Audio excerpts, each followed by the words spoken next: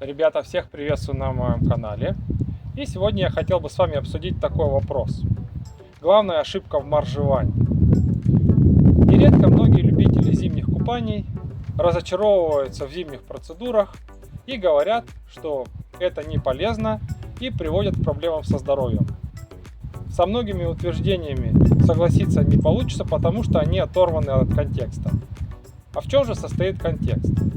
Немножко отвлечемся. Когда вы хотите развивать функции организма, например, силу, ловкость, выносливость, то вы начинаете его тренировать. И, например, для развития силы вы выбираете такое упражнение, как приседание.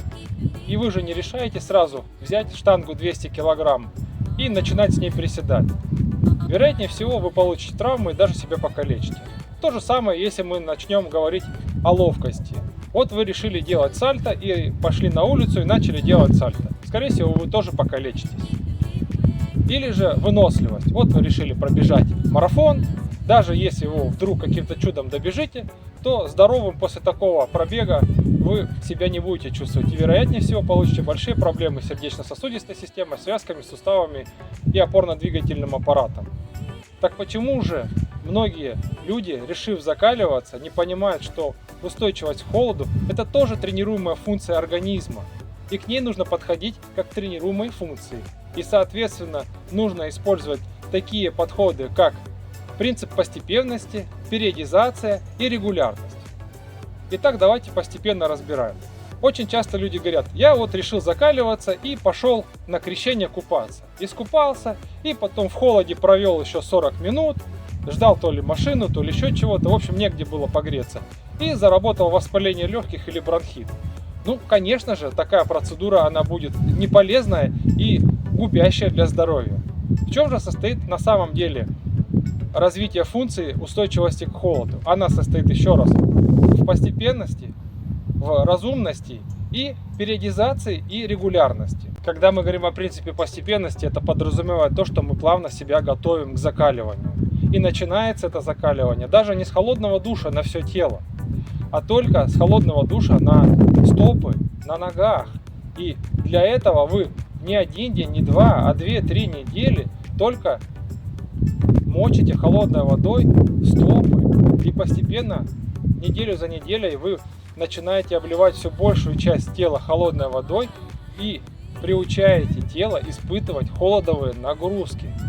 Как и любая другая физическая нагрузка, холодовая нагрузка тоже, к ней нужно готовиться. Следующим этапом в закаливании, уже помимо обливания холодной водой, является непосредственно ходьба на свежем морозном воздухе в плавках, ходьба босиком по холодной земле или по снегу.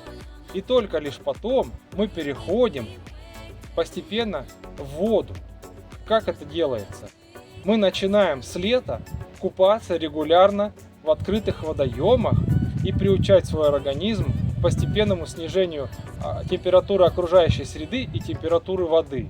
И так, неделя за неделей вы постепенно переходите к возможности купаться сначала в холодной воде, вот как сейчас погода, сегодня тоже буду закаливаться, сегодня у меня очередная неделя, очередные купания, вода уже плюс 4, плюс 5 градусов, температура окружающей среды 3-4 градуса, в общем-то еще не самые жесткие морозы, но уже довольно серьезная нагрузка холодовая на организм, и к этой нагрузке мы себя должны готовить. Еще раз говорю, постепенность. И потом уже, когда вы приходите к зиме, вы заходите в прорубь, и для организма это не является каким-то неиспытываемым ранее стрессом, а это уже регулярная, постепенно нарастающая холодовая нагрузка, к которой ваш организм готов. Еще раз хотелось бы сказать, что устойчивость к холоду – это тоже тренируемая функция, так же как и память, например. Вы же не будете учить 200 иностранных слов в день или там за неделю. Вы не сможете. Если даже вы будете пытаться такой объем слов выучить, то вы, скорее всего, перегрузите свой мозг. И вам не будет интересно даже заниматься иностранными языками. Чего уж говорить о холодовых нагрузках, где вы даете серьезный стресс организму. Теперь возвращаясь к периодизации. Допустим, вы один раз искупались и с вами ничего не случилось. Но очень хорошо, что вам повезло и вы не заболели. И вы теперь считаете, что можете спокойно купаться в проруби, и с вами ничего не будет, и можете даже просидеть там минуту или две в проруби. Идете, купаетесь в прорубь, и потом говорите, что закаливание вам навредило и принесло вред вашему организму. На самом же деле, длительность нахождения в холодной воде тоже нужно постепенно наращивать и чутко смотреть на реакцию организма. То есть ваша задача потихонечку приучить даже к таким стрессовым нагрузкам, как сидение в проруби какое-то время. Это нужно время и постепенность. И еще раз, регулярность. Один раз вы искупались, с вами все в порядке, это не значит, что на следующий раз все будет хорошо. Но если же вы регулярно купаетесь, например, при закаливаниях нужно испытывать такую холодовую процедуру, то есть купаться в открытом водоеме не менее раза в неделю.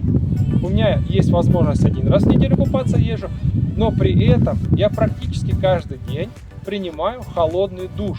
То есть у меня организм находится в тонусе, он постоянно готов к работе с холодовой нагрузкой. И так вы постепенно переходите от обливания дома и купания в бассейне реки уже к купанию в проруби, в холодной воде и выходу на мороз. И после этого, когда ваше тело готово, будьте уверены, с вами ничего плохого не случится. Но если вы провели сезон моржевания, все лето себя не готовили и к осени или даже к зиме решили опять моржевать, то вероятнее всего вы заболеете. Поэтому после каждого сезона моржевания при выходе на весну и лето вы должны себя поддерживать холодным душем, ходьбе в прохладную погоду на улице, босиком, по холодной траве. И опять же к концу лета и началу осени вы потихонечку начинаете входить в сезон моржевания. Ну что ж, друзья, надеюсь, это видео для вас было полезно, а я иду на речку. До встречи в воде. Ну что ж, друзья, возвращаясь к теме сегодняшнего видео. Сегодня 12 ноября, мы готовимся к моржеванию. И в этом видео я рассказывал о том, что устойчивость организма к холоду – это тренируемая функция, которую нужно развивать. И для развития этой функции, ребята, необходимо использовать принцип постепенности и периодизация, а также регулярность.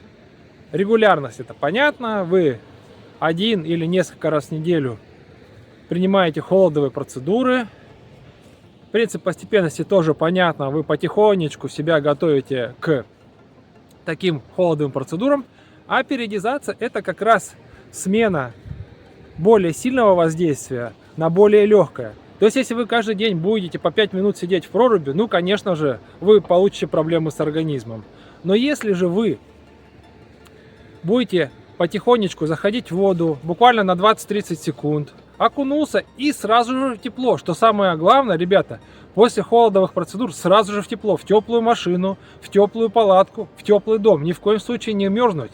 Тепло одеваться и в тепло. И поэтому все будет хорошо. Если вы будете следовать всем этим принципам, постепенность, регулярность и периодизация, то все у вас будет хорошо. Ну, а вот я сегодня опять уже на речке, на Оредиже, и потихонечку мы себя готовим к зиме. Как всегда, поставил градусник, на улице +3, вода уже холодненькая.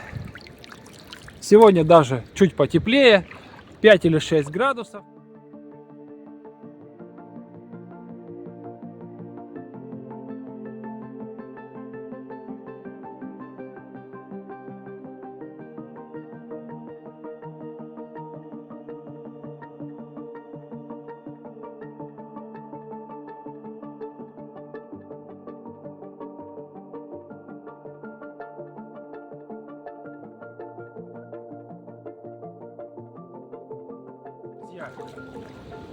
Из воды сразу же в тепло.